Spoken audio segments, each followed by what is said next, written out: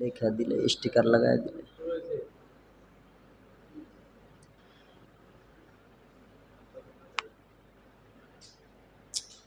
ওই ঘরের সুইচ এই পাশে।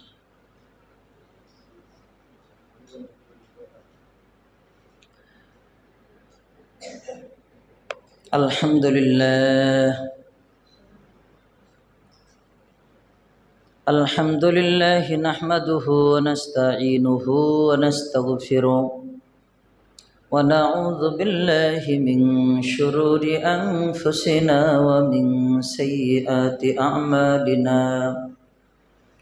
من يهده الله فلا مضل له ومن يضلله فلا هادي له وأشهد أن لا إله إلا الله وحده لا شريك له ونشهد أن سيدنا ومولانا محمدا عبده ورسوله الذي أرسله كافة للناس بشيرا ونذيرا وداعيا إلى الله بإذنه وسراجا وقمرا منيرا إن الله وملائكته يصلون على النبي يا أيها الذين آمنوا صلوا عليه وسلموا تسليما সকলেই দরুদ ইব্রাহিম পড়ি। اللهم صل على محمد وعلى آل محمد كما صليت على إبراهيم وعلى آل إبراهيم إنك حميد مجيد اللهم بارك على محمد وعلى آل محمد كما باركت على إبراهيم وعلى آل إبراهيم إنك حميد مجيد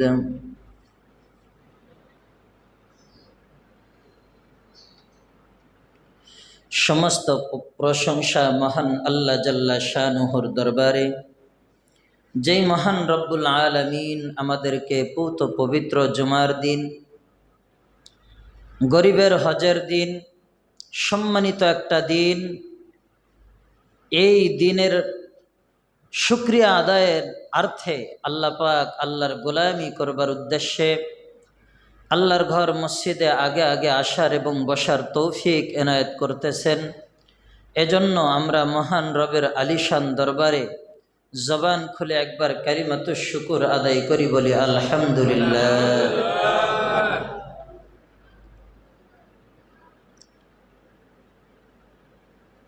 আল্লাহ যা চান তাই হয়,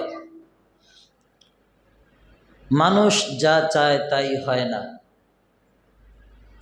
মানুষ অনেক সিদ্ধান্ত এমন করে যে আমার শিডিউল আগামী মাসে আমি এই প্রোগ্রাম করলাম, এই প্রোগ্রামগুলা সাজিয়ে রাখলাম, এইভাবে আমি প্রোগ্রাম চালিয়ে নেব। দেখা যায় মাস শেষ হওয়ার পর পরবর্তী মাস আসলে এখন আর তার শিডিউল ঠিক নাই, অন্যদিকে মোড় ঘুরে গেছে। তো এই যে মোড় ঘুরে যাওয়া, এটা আল্লাহ তাআলা যা চান তাই হয়, মানুষ যা চায় তা হয় না। তো আল্লাহ পাক আমাদেরকে নেক আমল করার সুযোগ করে দিয়েছেন, অর্থাৎ আল্লাহর যে জান্নাত, এই জান্নাতে আমাদেরকে নিবেন, এই আশায় আল্লাহ তাআলা আমাদেরকে নেক কাজে অংশগ্রহণ করার সুযোগ দিয়েছেন। আল্লাহ বলেন, ফি আইয়ি সূরাতিম মা শাআ রাক্কাবাক, আমি মানুষকে নিজের হাতে নিপুণ করে সুন্দর চেহারা, সুন্দর অবয়ব দিয়ে আমি আল্লাহ বানাইছি। তো যে আল্লাহ আমাদেরকে এত সুন্দর করে বানাইছেন, ওই আল্লাহ আমাদেরকে জাহান্নামে দিতে চান না, জান্নাতি বানাতে চান। এজন্য আল্লাহ তাআলা আমাদেরকে দিনের মধ্যে 5 বার 5 ওয়াক্ত নামাজের সময় 5 বার আজান দিয়া আল্লাহ তাআলা আমাদেরকে ডাকেন। আল্লাহ ডাকেন নিঃস্বার্থভাবে। আল্লাহ তাআলা 5 ওয়াক্ত আমাদেরকে 5 ওয়াক্ত নামাজে আসার জন্য দিনে 5 বার নিয়মিত ডাকছেন। আজানের মাধ্যমে, মুয়াজ্জিনের আজানের মাধ্যমে আল্লাহ তাআলা আমাদেরকে দিনে 5 বার প্রতিদিন ডাকতেছেন। কিন্তু আমার আপনজনরাও এতবার মনে হয় ডাকে না।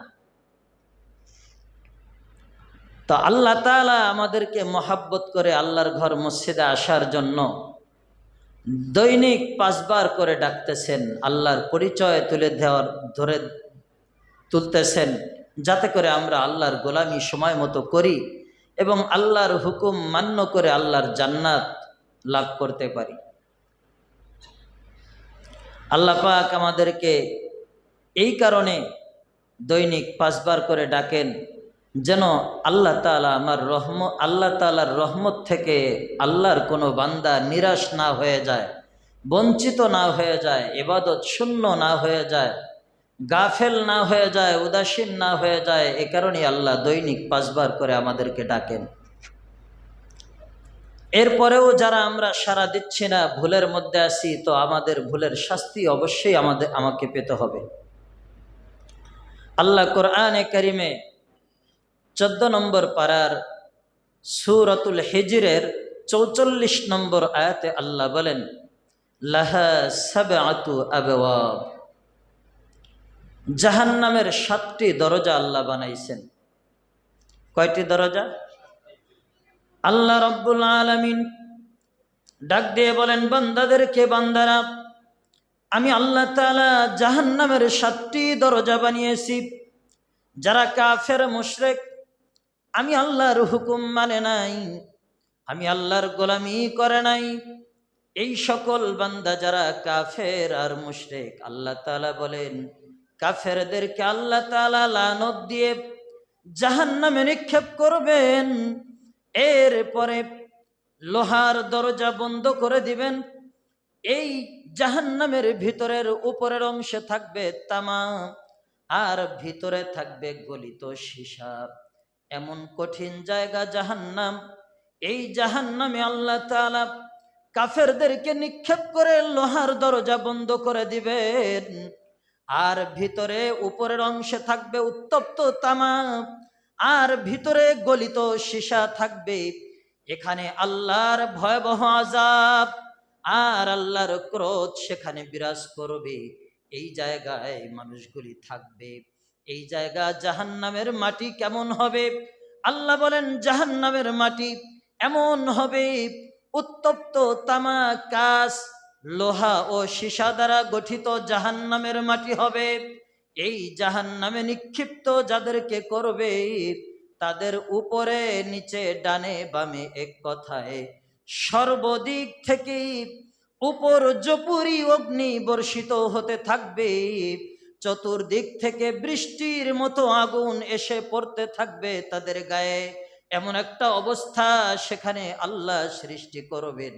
এই জাহান্নাম এমন কঠিন জায়গা, এই জাহান্নাম আল্লাহ বানাইবেন।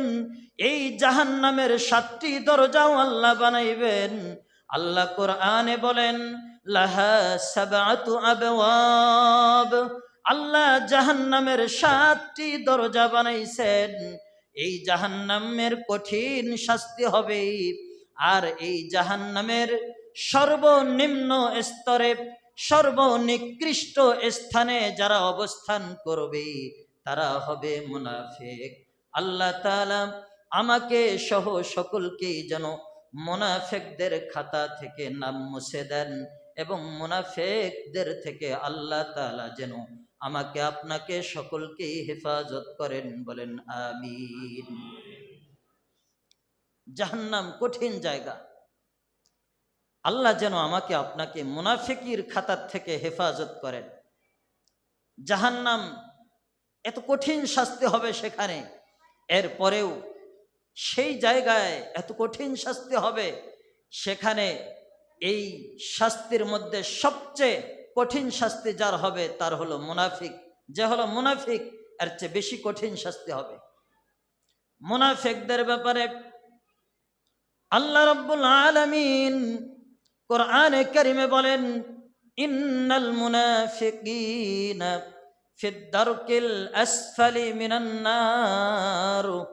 নিশ্চয়ই আল্লাহ তাআলা কোরআনে কারিমের ভাষায় বলেন যে মুনাফিকদেরকে সর্বনিম্ন স্তরের জাহান্নামে দেওয়া হবে, এবং জাহান্নামের সবচেয়ে নিকৃষ্টতম জায়গা যেটা, ওই জায়গায় মুনাফিকরা বসবাস করবে, ওই জায়গায় মুনাফিকদের স্থান হবে। অতএব আল্লাহ, আমি আপনি যারা মুসলমান, আল্লাহ যেন আমাদেরকে মুনাফিক থেকে হেফাজত করেন। আল্লাহ যেন মুনাফিকি খাতা থেকে আমাদের নাম কেটে দেন। এমন অবস্থায় যেন আল্লাহর কাছে আমরা পৌঁছাইতে পারি। এই জন্য আল্লাহর কাছে বারবার দোয়া করতে থাকা, আল্লাহ যেন আমাকে আপনাকে মুনাফিকদের খাতায় নাম উঠিয়ে না দেয়। বর্ণিত আছে রাসূল করিম সাল্লাল্লাহু আলাইহি ওয়াসাল্লাম মের নিকট একবার জিবরিল আলাইহিস সালাম আল্লাহর রাসূলের নিকট আসলেন। জিবরিল আলাইহিস সালাম আল্লাহর রাসূলের নিকট যখন আসছেন, আল্লাহর রাসূল পয়গম্বর মুহাম্মদ সাল্লাল্লাহু আলাইহি ওয়াসাল্লাম জিবরিলকে জিজ্ঞেস করলেন, ভাই জিবরাইল, জাহান্নামের আগুন এবং তার উত্তাপ সম্পর্কে কিছু বর্ণনা দাও। জিবরাইল আলাইহিস সালাম বললেন, জাহান্নামের আগুন আল্লাহ তাআলা প্রথমে যখন সৃষ্টি করলেন, জাহান্নামের আগুন প্রথমে সৃষ্টি করবার পর 1000 বছর পর্যন্ত জ্বালাইলেন। 1000 বছর পর্যন্ত জাহান্নামের আগুন জ্বালানোর কারণে এটা 1000 বছর পুড়তে পুড়তে আগুনের কালারটা লাল বর্ণ ধারণ করে। এরপরে যখন আল্লাহ রাব্বুল আলামিনের কাছে বলেন, 1000 বছর আল্লাহর রাসূলের কাছে কথাগুলি জিবরিল আলাইহিস সালাম বলতেছেন।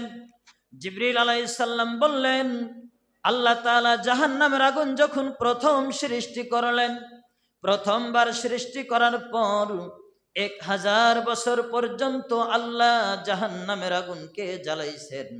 জ্বালানোর পর 1000 বছর জ্বালানোর কারণে এর আগুনের কালারটা লাল বর্ণ ধারণ করে।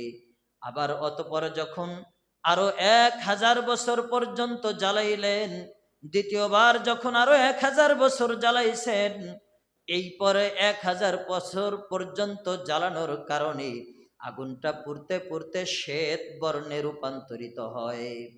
অনন্তর আল্লাহ তাআলা আরো 1000 বছর এই আগুনকে জ্বালাইলেন।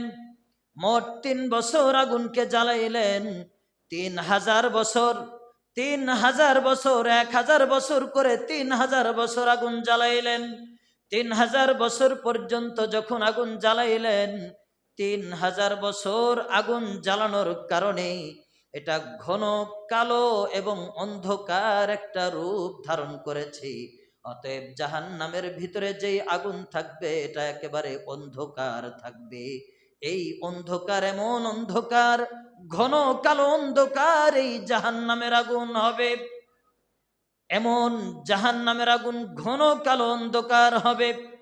এরপরে জিবরিল আলাইহিস সালাম আল্লাহর রাসূলকে বললেন, হে আল্লাহর রাসূল, মহান আল্লাহ তাআলার শপথ যে আল্লাহ রাব্বুল আলামিন আপনাকে দুনিয়ার জমিনে সত্য নবী হিসাবে পাঠিয়েছেন, ওই আল্লাহ তাআলার শপথ, জাহান্নামীদের এক খণ্ড বস্ত্র যদি দুনিয়ার জমিনে ফেলানো হয়, জাহান্নামীদের পরিধানের এক খণ্ড বস্ত্র যদি দুনিয়ার জমিনে ফেলানো হয়, আল্লাহর রাসূলের ওই ফেরেশতা জিবরিল বলেন যে দুনিয়ার সমস্ত মাখলুক ধ্বংস হয়ে যাবে। আর যদি জাহান্নামীদের ছোট এক বালতি পানীয় বস্তু যদি দুনিয়ার সমগ্র পানিতে মিশানো হয়, তাহলে এই সমগ্র পানি থেকে যদি কোনো ব্যক্তি সামান্য পরিমাণ পানি পান করে, তাহলে ওই যেই ব্যক্তি সামান্য পরিমাণ পানি পান করবে তাৎক্ষণিক সে মারা যাবে। এমন কঠিন একটা জায়গা হবে জাহান্নাম।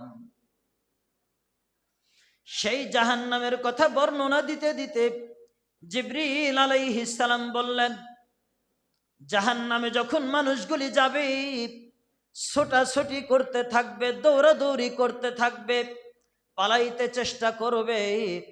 আল্লাহ তাআলা বলেন কোনো সুযোগ নাই। কোরআনে কারিমের ভাষায় সূরাতুল হাক্কার ৩২ নম্বর আয়াতে আল্লাহ তাআলা বলেন, সুম্মা ফি সিলসিলাতিন যারউহা সাবউনা যিরাআন ফাসলুকু। আল্লাহ রাব্বুল আলামিন বলেন যে জাহান্নামের ভিতরে এদেরকে শৃঙ্খলাবদ্ধ করা হবে এমন একটা শিকলের মাধ্যমে, যেই শিকল দীর্ঘ ৭০ গজ পরিমাণ লম্বা প্রশস্ত হবে। ৭০ গজ দীর্ঘ, ৭০ গজ লম্বা এক শিকলে তাদেরকে শৃঙ্খলাবদ্ধ করা হবে, যাতে দৌড়াদৌড়ি করতে না পারে।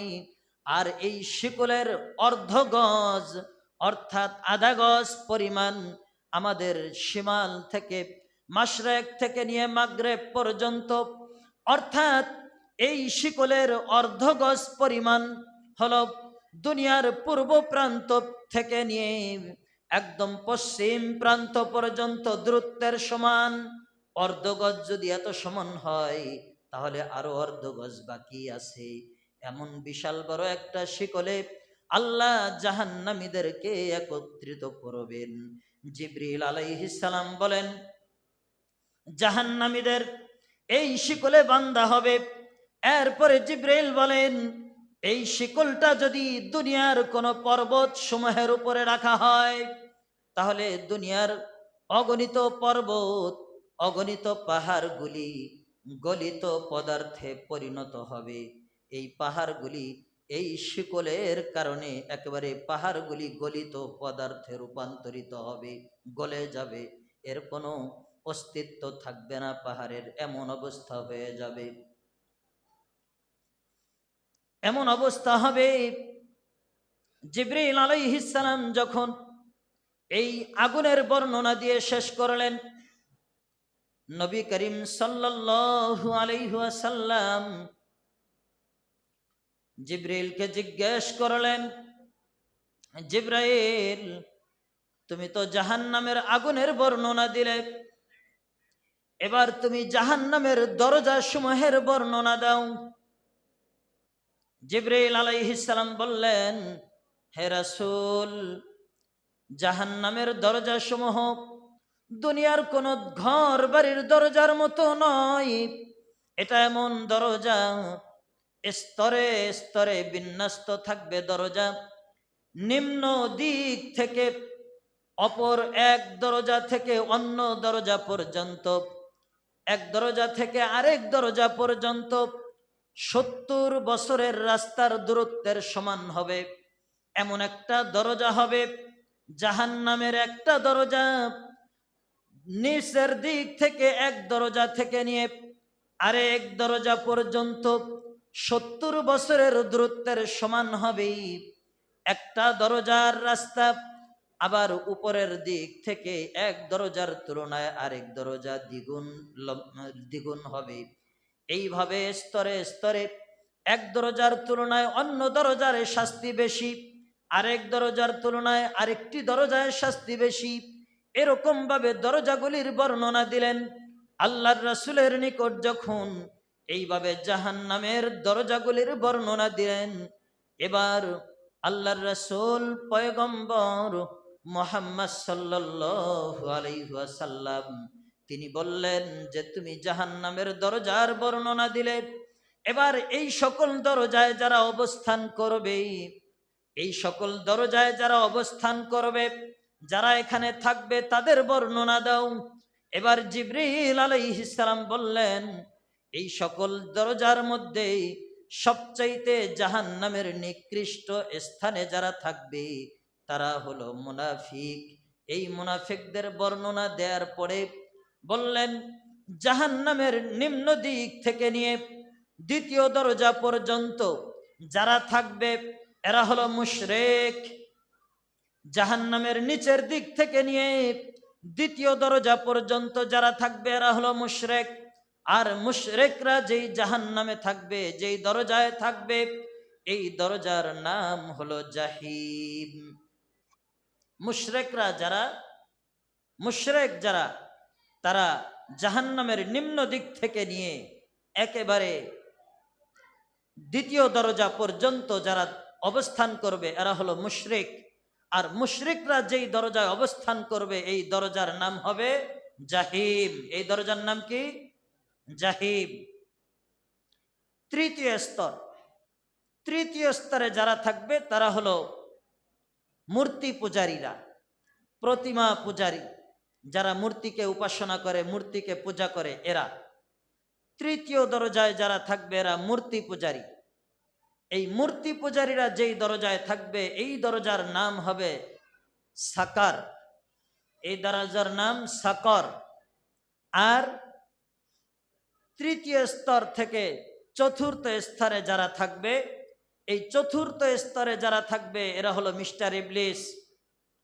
এবং এই শয়তানের উপাসনা যারা করছে, অগ্নি উপাসক যারা আগুনকে পূজা করেছে, আগুনের পূজা করেছে, শয়তানের অনুকরণ করেছে, তো এই এদের অবস্থান যেই দরজায় হবে এই দরজার নাম হবে লাজা। এই দরজার নাম লাজা। প্রথম দরজার নাম জাহিম। প্রথম দরজা থেকে দ্বিতীয় দরজা পর্যন্ত মুশরিকরা অবস্থান করবে, এই দরজার নাম জাহিম। আর তৃতীয় স্তরে যারা থাকবে তারা হলো মূর্তি পূজারীরা, এই দরজার নাম সাকার। এবং চতুর্থ স্তরে যারা থাকবে এরা হলো ইবলিস, শয়তান, এর অনুসারী যারা আগুন পূজা করেছে, আগুনের উপাসনা করেছে, এরা যারা অবস্থান করবে চতুর্থ দরজায়, এই চতুর্থ দরজার নাম হবে লাজা। চতুর্থ দরজার নাম লাজা। এবং পঞ্চম স্তরে যারা থাকবে তারা হলো ইয়াহুদি। তারা কি? ইয়াহুদি। ইয়াহুদিরা পঞ্চম স্তরে থাকবে। আর ষষ্ঠ স্তরে যারা থাকবে তারা হলো খ্রিস্টান। এদের দরজার নাম হবে সাইর।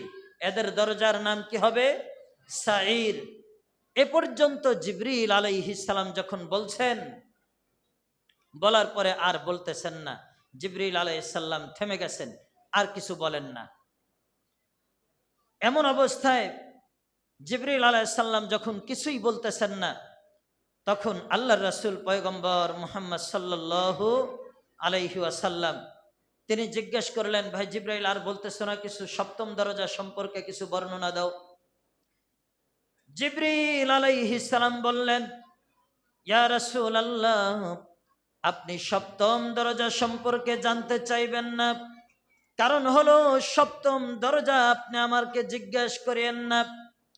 সপ্তম দরজা সম্পর্কে যখন জিবরাইলকে জিজ্ঞেস করা হয় তখন জিবরাইল বলতে চায় না।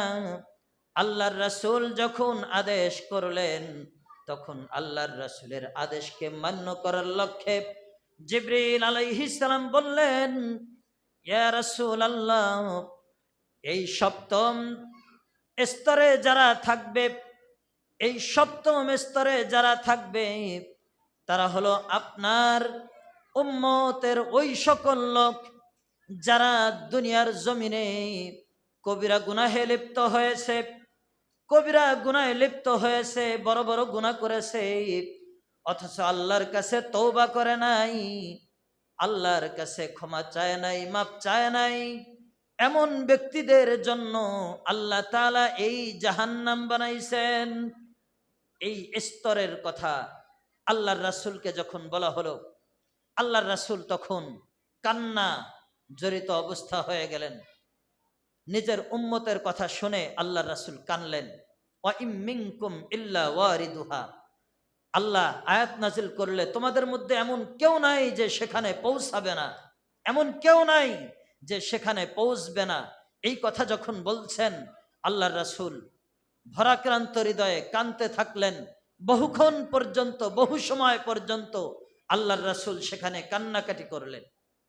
উম্মতের এই অবস্থার সম্পর্কে যখন জানতে পারলেন যে জাহান্নামের এই স্তরে 7 নম্বর স্তরে যারা থাকবে তারা হলো আপনার উম্মতের যে সকল ব্যক্তিরা কবিরা গুনাহে লিপ্ত হয়েছে, বড় বড় গুনাহ করেছে, কিন্তু এই গুনাহ করা সত্ত্বেও তারা তওবা করে নাই, আল্লাহর কাছে মাপ চায় নাই, অনুশোচনা হয় নাই যে আমি এত গুনাহ করেছি, আমাকে আল্লাহ ক্ষমা করবেন কিনা, আল্লাহর কাছে মাপ চায় নাই, তওবা করে নাই, তওবা ছাড়াই মৃত্যুবরণ করেছ, তাদের জন্য এই জাহান্নাম।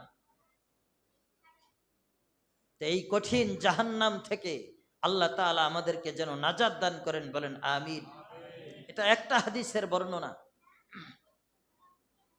আল্লাহ বলেন কোরআনে কারীমের ভাষায়, ইয়াউমাইযিন তু'রাদুনা লা তাখফা মিনকুম খাফিয়া, ইয়াউমাইযিন তু'রাদুনা লা তাখফা মিনকুম খাফিয়া। আল্লাহ রাব্বুল আলামিন কোরআনে কারীমের মধ্যে বলেন, ইয়াউমাইযিন তু'রাদুনা, সেদিন হাজিরা হবে, হাজিরা হবে, সেদিন তোমাদের হাজিরা হবে এমন ভাবে যে লা তাখফা মিনকুম খাফিয়া, সেদিন তোমাদের কোনো গুপ্ত বিষয়, কোনো গোপন থাকবে না, তোমাদের কোনো গুপ্ত বিষয় কোনো প্রকারে গোপন রাখতে পারবে না, এমন ভাবে আল্লাহর দরবারে আল্লাহ হাজিরা নিবেন। কোনো বিষয় আল্লাহর সামনে গোপন থাকবে না, সেদিন আল্লাহ হাজিরা নিবেন। এই আয়াতের ব্যাখ্যায় হাদিস বর্ণনা করেছেন আবু মুসা আশআরী রাদিয়াল্লাহু তাআলা আনহু থেকে বর্ণিত। আবু মুসা আশআরী রাদিয়াল্লাহু তাআলা আনহু নবী করিম সাল্লাল্লাহু আলাইহি ওয়াসাল্লাম থেকে বর্ণনা করেন, তিনি বলেন, কিয়ামতের দিন মানুষ আল্লাহর সামনে 3 বার উপস্থিত হবে। কয়বার? 3 বার। কিয়ামতের ময়দানে মানুষ আল্লাহর সামনে 3 বার উপস্থিত হবে। একবার উপস্থিত হয়ে, প্রথমবার যখন উপস্থিত হবে, প্রথমবার উপস্থিত হয়ে আল্লাহর সাথে উম্মতের বিতর্ক হবে, বিতর্ক হবে। আর দ্বিতীয়বার যখন আল্লাহর সামনে উপস্থিত হবে কিয়ামতের ময়দানে, দ্বিতীয়বারে ওজর আপত্তি পেশ করবে যে আমার এই ওজর আপত্তি ছিল, আমার এই সমস্যা ছিল, আমার অমুক সমস্যা ছিল। বিভিন্ন জন বিভিন্ন ওজর আল্লাহর কাছে পেশ করবে। তৃতীয়বার যখন আল্লাহর সামনে উপস্থিত হবে, তৃতীয়বার উপস্থিত হওয়ার পর আল্লাহ তাআলা বান্দাদেরকে আমল নামা দিয়ে দিবেন হাতে হাতে। তাইলে কিয়ামতের ময়দানে মানুষ কয়বার আল্লাহর সাথে সম্মুখে দাঁড়াবে? 3 বার। কয়বার? 3 বার। একবার হলো যে একবার দেখা করে বিতর্ক হবে, যেমন আল্লাহ তাআলা কিছু বান্দাদেরকে প্রায়োরিটি দিয়েছেন যে বিতর্ক করার জন্য। এটা হলো এই বিতর্ক করার জন্য প্রায়োরিটি তারা পাবে যারা আমল করবে। কিছু আমল করছে, এখন গুনাহের কারণে কিছুটা গুনার পাল্লা ভারী হয়েছে, নেকিও আছে, আল্লাহ যাকে দয়া করবেন তাকে প্রায়োরিটি দিবেন। দেখা যাবে যে জাহান্নামী সাব্যস্ত হয়ে গেছে, তো তাকে হুকুম হবে যাও জাহান্নামে যাও। তো সে বলবে মা আং সপ্তা রব্বি, আল্লাহ আপনি আমার প্রতি সুবিচার করেন নাই। বলে কেন? তখন সে বলবে, রব আপনি কোরআনে কারিমের শুরুতে বিসমিল্লাহির রহমানির রহিম একটা আয়াত নাজিল করছেন, যেটার মধ্যে আপনার জাতিগত আল্লাহ নামের পরে রহমান রহিম আপনার দয়া আর গুণের কথা উল্লেখ আছে। আল্লাহ আমার গুনাহের কারণে আজকে আমি বিপদগ্রস্ত, আল্লাহ আপনি যদি আমার এই বিপদগ্রস্ততায় আপনার রহমান আর রাহিম নামের দয়া করুণা না করেন, সেই দয়া গুণ আর কোন দিনের জন্য আল্লাহ? তখন আল্লাহ বলবেন, সদাকতা আবেদি, বান্দা তুমি সত্য কথাই বলেছ। ইং তলিকো বিআবেদি ইলাল জান্নাহ, ফেরেশতাদেরকে আল্লাহ হুকুম দিবেন এই বান্দাকে জান্নাতে নিয়ে যাও। বলেন এই জন্য এখানে বলছে যে 3টা স্তর হবে। প্রথম স্তরে বিতর্ক হবে।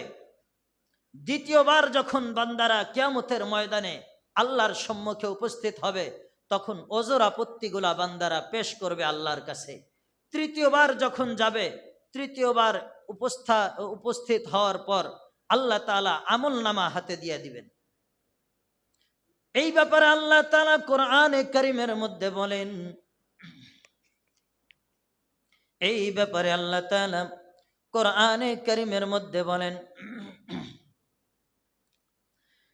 وَأَمَّا مَنْ أُوتِيَ كِتَابَهُ بِيَمِينِهِ فَيَقُولُ هَاؤُمُ اقْرَءُوا كِتَابِيَهْ فَأَمَّا مَنْ أُوتِيَ كِتَابَهُ بِيَمِينِهِ فَيَقُولُ هَاؤُمُ اقْرَءُوا كِتَابِيَهْ। আল্লাহ রাব্বুল আলামিন যার আমলনামা ডান হাতে দিয়ে দিবেন, যার আমলনামা আল্লাহ তাআলা ডান হাতে দিবেন, ওই ব্যক্তির ডান হাতে আমলনামা পাওয়ার পর সে ওই হাসরের ময়দানে কিয়ামতের মাঠে সকল মানুষদেরকে সে লক্ষ্য করে বলবে, হা উমকরউ কিতাবিয়া, হে লোক সকল, এই যে আমার আমলনামা, তোমরা এই আমার আমলনামা পড়ে পড়ে দেখো। সে খুশি হয়ে তখন মানুষদেরকে বলবে, হে লোক সকল, হা উমকরউ কিতাবিয়া, আমার আমলনামা তোমরা পড়ে পড়ে দেখো। সে খুশিতে এ কথা বলবে। এরপরে আল্লাহ এই ব্যক্তির ব্যাপারে বলেন, যার আমলনামা তার ডান হাতে দেয়া হবে, সে খুশি হয়ে লোকজনদেরকে বলবে, হে লোক সকল, আমার আমলনামা তোমরা পড়ে পড়ে দেখো। ইন্নী যানানতু আন্নী মুলাকিন হিসাবিয়া, সে বলবে, আমার বিশ্বাস ছিল, আমি আগেই বিশ্বাস করেছিলাম যে আল্লাহর কাছে আমাকে হিসাবের সম্মুখীন হতে হবে। এই দুনিয়ার জমিনে থাকতেই সে বিশ্বাস করেছিল যে আল্লাহর কাছে আমাকে হিসাবের সম্মুখীন হতে হবে। সে এই আল্লাহর কাছে হিসাব দেওয়ার চিন্তায় দুনিয়াতে সে এমন ভাবে চলাফেরা করছে, যার চলাফেরার কারণে তার আমলনামা তার ডান হাতে আসছে। সে হাসরের ময়দানে খুশি হয়ে সকল মানুষকে লক্ষ্য করে বলবে যে আমার আমলনামা তোমরা পড়ে পড়ে দেখো। আর সেই ব্যক্তিই বলবে, ইন্নী যানানতু আন্নী মুলাকিন হিসাবিয়া, আমার বিশ্বাস ছিল যে আল্লাহর সামনে আমাকে হিসাবের সম্মুখীন হতে হবে। এই চিন্তা করে দুনিয়ায় জীবন যাপন করেছে, যার কারণে আল্লাহ তাআলা তার আমলনামা তাকে ডান হাতে দিয়ে দিয়েছেন। ডান হাতে দেওয়ার কারণে তার মর্যাদা আল্লাহর কাছে বেশি হয়ে গেছে।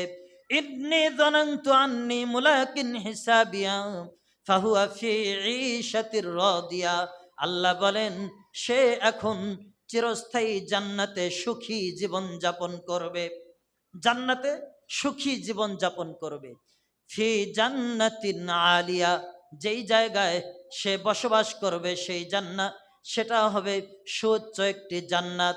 আর জান্নাতেই এমন একটি জায়গা আল্লাহ কোরআনে বলেন, কুতুফুহা দানিয়া, আল্লাহ জান্নাতে বসবাসকারীদের জন্য ফলগুলি ঝুঁকিপূর্ণ অবস্থায় রাখবে। যখন বান্দার মনে চাইবে জান্নাতের কোনো ফল খাওয়ার আকাঙ্ক্ষা করবে, আল্লাহ বলেন কুতুফুহা দানিয়া, ফলগুলা জান্নাতের যেই ফলগুলা থাকবে, এই ফলগুলা ঝুঁকে অবস্থায় থাকবে, ঝুঁকানো অবস্থায় থাকবে, যাতে বান্দার খাইতে কোনো অসুবিধা না হয়। জান্নাতে যাওয়ার পরে কুতুফুহা দানিয়া, আল্লাহ এরপরে বলেন কুলু আশরাবু হানি আম বিমা আসলাফতুম ফিল আইয়ামিল খালিয়া। আল্লাহ রাব্বুল আলামিন কোরআনে কারীমের এই আয়াতে বলেন, কুলু আশরাবু হানিআম বিমা আসলাফতুম ফিল আইয়ামিল খালিয়া।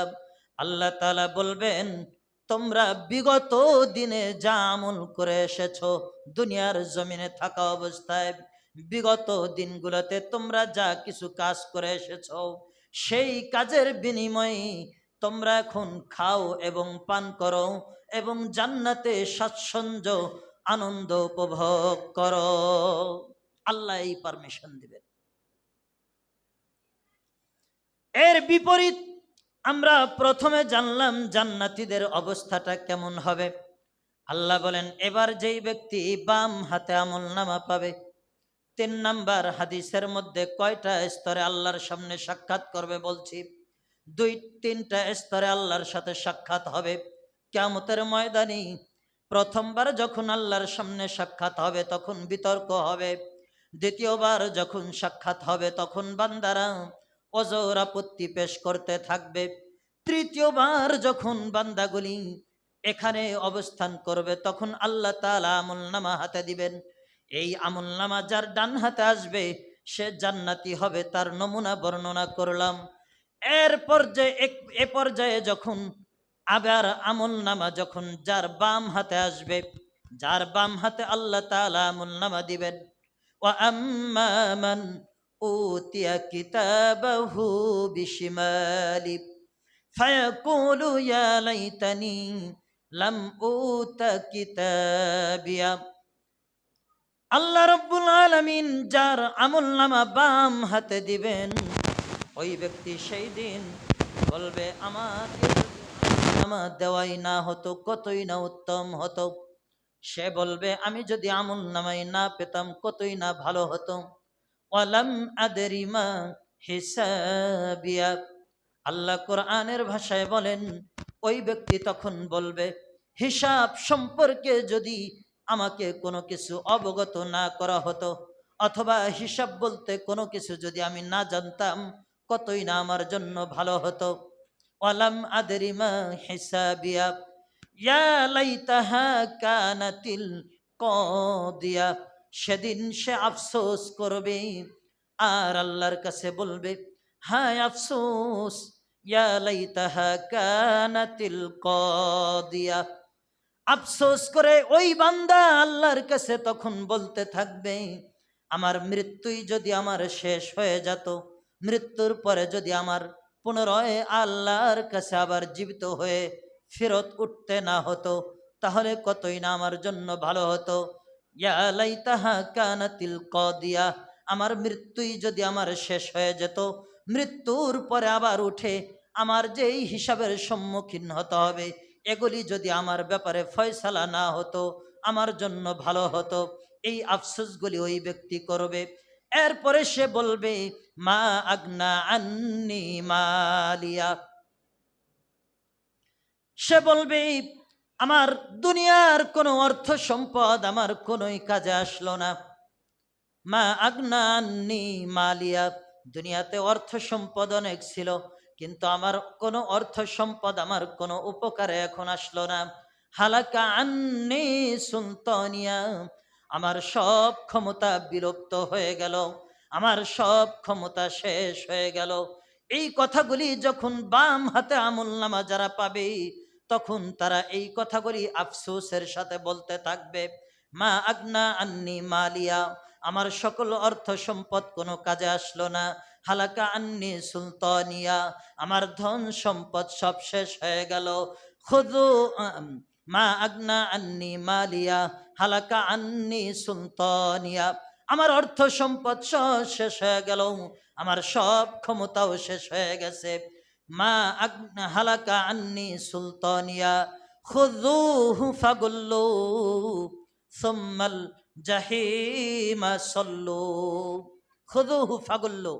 আল্লাহ এই ব্যক্তির ব্যাপারে তখন হুকুম করবেন, একে ধর, ওকে ধর, গলায় জাহান্নামের বেরি পরা। এইভাবে হুকুম দেবে। সুম্মাল জাহিমা সল্লু, তাকে বেরি পরিয়ে জাহান্নামে নিক্ষেপ করো। এই হুকুম হবে তার প্রতি তখন। তা আল্লাহ তাআলা যেন আমাদেরকে আজকের এই আয়াতে কারিমা এবং হাদিস থেকে বুঝলাম যা সারমর্ম হলো এই যে ভালো ব্যক্তিদের আমল নামা আল্লাহ ডান হাতে দিবেন এবং যাদের আমল নামা বদ হবে রাখে